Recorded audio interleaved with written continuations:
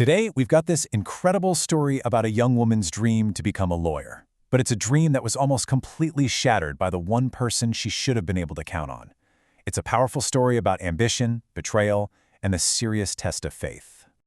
It's a question most of us have probably had to ask ourselves at some point, right? And it's right at the heart of the journey we're about to get into. A journey that starts with a dream that's so close to coming true. Okay, so let's meet Cynthia. She's just pulled off something amazing. She got into law school. But as we're about to see, that celebration doesn't last long because a huge, devastating hurdle is about to be thrown right in her path. So here's the deal. Cynthia gets the news of a lifetime. She's been accepted to study law at the University of Lagos. This is a massive moment for her and her mom. But there's an immediate problem. Her family's been struggling ever since her dad passed away, and they just don't have the money for the school fees. Their only real hope seems to be her late father's brother, Uncle Stephen.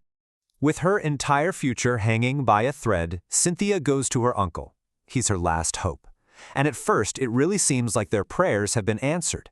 He comes across as this strong, supportive family member they so desperately need. And just listen to these words. He doesn't say, "I'll see what I can do." He says, "I will provide." For Cynthia and her mom, hearing that must have felt like a lifeline. It's a guarantee. It means her dream is safe. But this is where the story takes a really sharp, painful turn. That rock-solid promise? Turns out it was just a mask for something much, much darker. Let's see what was really going on behind the scenes.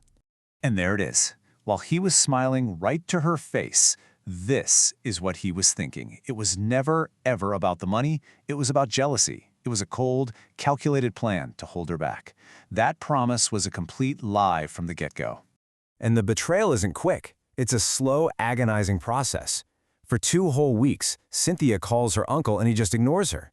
Then he has a staff turn her mother away from his office. And all the while, the payment deadline is getting closer and closer. Now it's just 1 week away. The horrible truth finally sinks in. The help is not coming. Her dream is literally collapsing, and she starts the heartbreaking job of packing her bags to go home. So, just when you think things cannot possibly get any worse, Cynthia gets hit with a totally different kind of challenge. At her absolute lowest point, another student, a classmate named Steve, sees how upset she is and makes her an offer. This slide just lays it all out. The choice couldn't be more stark. Steve's offer is just transactional and awful. Just spend one night with me and your problem is solved. He pitches it like it's some easy fix, but for Cynthia, it's not a choice at all. Her response is immediate and so firm, coming right from her faith. "No, I can't do that. My body belongs to God." She chooses her integrity over the easy way out, even if it means losing everything she's worked for.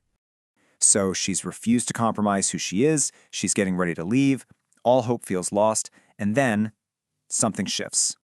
This is that moment in the story where help finally arrives, but it's not from anyone she expected. It all starts with a simple, respectful act. She decides to go and formally tell her course coordinator that she has to withdraw from the school. And just watch how this unfolds. She tells him she's leaving because she can't afford it, and the coordinator is stunned because he knows her work. He tells her her performance in tests has been outstanding, and then, completely out of the blue, he drops a bombshell. He tells her that he runs a foundation that sponsors students, they just got a new grant, and he offers her a full scholarship right there on the spot. Just like that. And let's be really clear about what this scholarship meant. This wasn't just a loan or a little help for one semester. This was the whole shebang.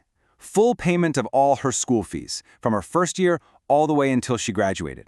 That entire financial burden that seemed impossible to overcome was just gone.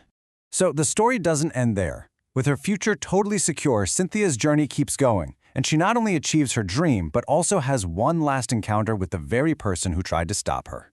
And her triumph is just absolute. She doesn't just graduate, she excels. She earns her law degree and even lands a job abroad. But before she leaves, she does something truly remarkable. She goes to see her uncle. Not for revenge, but to invite him to her graduation ceremony. She tells him everything that happened and offers him forgiveness, choosing grace when she could have chosen bitterness.